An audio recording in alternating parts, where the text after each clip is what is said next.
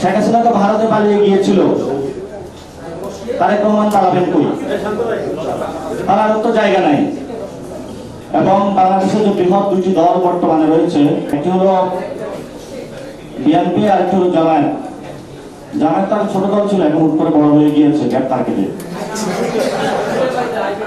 So ওনারা বললো যে ওনারা স্বাক্ষর করবে, কিন্তু বাস্তবায়নের দিক কি সেটা হলো পরে দেখা যাবে। তো বিএনপির মনে মনে ছিল যে স্বাক্ষরটা করে দেই, দ্রুত যদি ফেব্রুয়ারিতে ইলেকশনটা নামিয়ে নিতে পারি, সংসদে গিয়ে আর এই জুলাই সনদের কি দেখবো সেটা আমরা পরে দেখে নিব, অর্থাৎ বাস্তবায়ন করবো না। অর্থাৎ 90-তে যে পরিস্থিতি তারা কায়েম করেছিল সেই পরিস্থিতির দিকে তারা হাঁটলো। আর জামায়াত চিন্তা করলো যে স্বাক্ষরটা করে এর মধ্যে যদি গণভোট নিয়ে একটু মাঠে নামতে পারি, তাহলে আমার দাঁড়িপাল্লা যদি 2-3টা ভোট বাড়ে তাহলে সমস্যা কোথায়? তাহলে দেখেন দুইটা দলই ভোট ব্যাংকে বাড়ানোর জন্য রিফর্ম এটাকে হলো তারা ব্যবহার করা শুরু করলো। এর মধ্যে ওই অনুষ্ঠানের দিন যারা শহীদ ফ্যামিলি ছিল, আহত ফ্যামিলি ছিল, তারা সেখানে গেল, তাদেরকে ঢুকতে দেওয়া হলো না এবং তাদের উপরে সেখানে নির্যাতন করা হলো। তারা বললো আমরা তো জীবন দিয়েছি রিফর্মের জন্য, আপনারা এই রিফর্মকে দেখিয়ে ভোট ভাগ বটোয়ারার যে দ্বন্দ্বযুদ্ধে মল্লযুদ্ধে লিপ্ত হয়েছেন, এটা তো সরাসরি শহীদদের রক্তের সাথে বেইমানি। দুটি রাজনৈতিক দল কোনো দিকে কর্ণপাত করলো না। একটি রাজনৈতিক দলের নেতা শহীদদের যারা ফ্যামিলি রয়েছিলেন, আহত যারা রয়েছিলেন, তাদেরকে সরাসরি আওয়ামী লীগের সাথে ট্যাগলাইন দিলেন। আপনারা সেটা মিডিয়াতে দেখেছেন।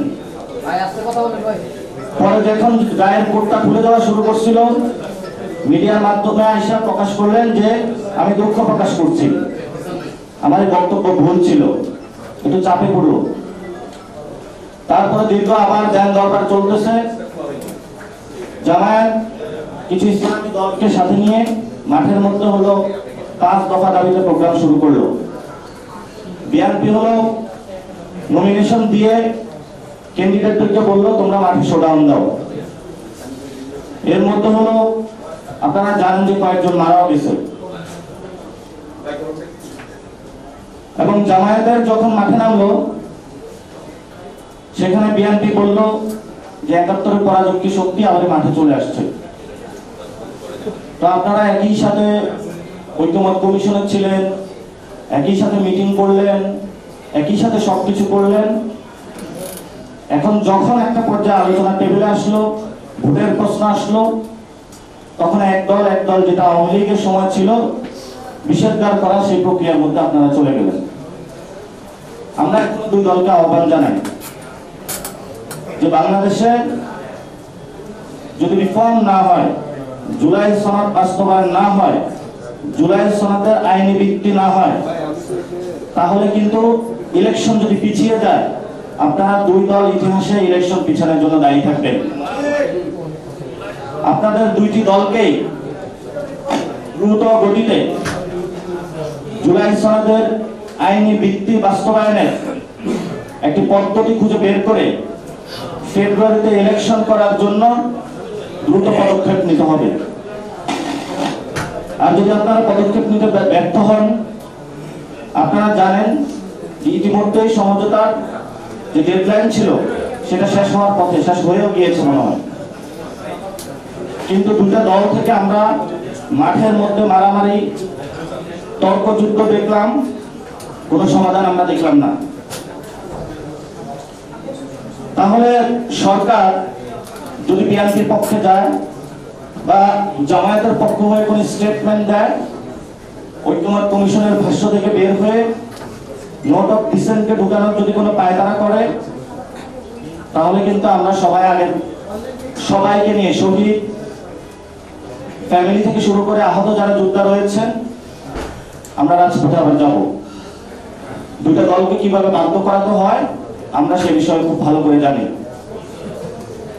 তবে যে ভোটগুলা বাড়াইছেন, কেউ সোশ্যাল ওয়েলফেয়ার করে, কেউ হলো শহীদ ফ্যামিলি নিয়ে পলিটিক্যাল ব্র্যান্ড অ্যাম্বাসেডর যোগ করে, এই দুইটা দলের ভোট ব্যাংক কিন্তু আবার নিচের দিকে নামতে থাকবে। তাহলে আগামীতে ভোট পাবে কারা? ভোট পাবে তারাই আদেশ হবে, কিন্তু এটা কিন্তু আগামী 5 বছরে বাস্তবায়ন করতে হবে। এই বাস্তবায়ন প্রক্রিয়াতে আগামী ইলেকশনের আগে একটি রিফর্ম অ্যালায়েন্স হবে বা সংস্কার জোট হবে। আমরা দেশবাসীকে আহ্বান জানাবো, সংস্কার জোট গঠনের প্রক্রিয়া চলছে। পুরো বাংলাদেশ আপনাদের বুকে দাঁড়িপাল্লার ব্যাচ থাকুক, ধানের ব্যাচ থাকুক, বুথে গিয়ে কিন্তু আপনারা এই যে সংস্কার জোটে ভোটটা দিয়ে আসবেন। কারণ যদি ধানের ব্যাচে আপনারা ভোটটা দেন তাহলে বাংলাদেশে কোনো সংস্কার হবে না। দাঁড়িপাল্লার যদি আপনারা সেখানে ভোট দেন কোনো সংস্কার হবে না। আর আমরা আগামী পার্লামেন্টে কোনো একক নেতৃত্ব পার্লামেন্ট দেখতে চাই না। কারণ সংস্কার প্রক্রিয়াকে বাধা দিয়ে উনি ইতিমধ্যে দেখিয়ে দিয়েছেন যে আমি সংস্কারের বিরোধী, আমি রাজা, আমি ফেসিস্ট হয়ে ওঠার প্রচেষ্টায় আছি। তাহলে একটা ফেসিস্টকে বিদায় করে কেন আমি আরেকটা ফেসিস্টকে নিয়ে আসবো? এটা তো কোনো যৌক্তিকতা হতে পারে না। শেখ হাসিনা তো ভারতে পালিয়ে গিয়েছিল, তারেক রহমান পালাবেন কই? পালানোর তো জায়গা নাই। কারণ আওয়ামী লীগের একটি বন্ধু রাষ্ট্র ছিল, বিএনপি বলে তাদের নাকি বন্ধু রাষ্ট্র নাই। আসলে তো সত্য, তাদের বন্ধু রাষ্ট্র নাই। এজন্য জিয়াউর রহমান আগে বুদ্ধি করে বলেছিলেন, অথবা গানের মধ্যে যেটা আমরা শুনতে পাই, প্রথম বাংলাদেশ আমার শেষ বাংলাদেশ। শেষ যদি বাংলাদেশ করতে হয় তাহলে অবশ্যই আপনাকে রিফর্মের মধ্যে আসতে হবে। কারণ বাংলাদেশ, পুরো বাংলাদেশ রিফর্মের দিকে যাচ্ছে।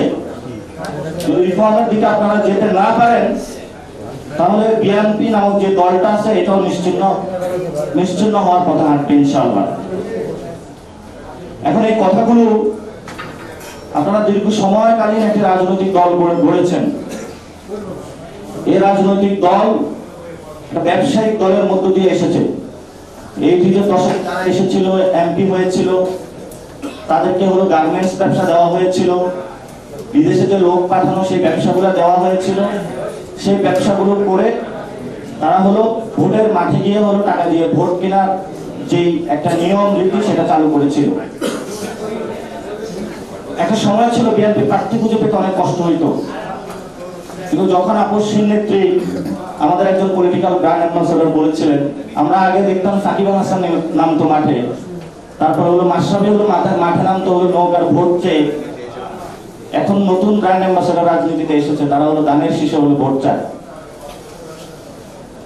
তো ধানের শীষে যে আপনি ভোটটা চাচ্ছেন, আপনি আগে একটু বলতে হবে যে সংস্কার প্রক্রিয়া কিভাবে বাস্তবায়ন হবে সে বিষয়ে বক্তব্য দিয়ে আপনি ধানের শীষে ভোট চাইতে হবে। আমরা আপনাকে সম্মান করি, কারণ শহীদ ফ্যামিলিকে আমরা সম্মান করি।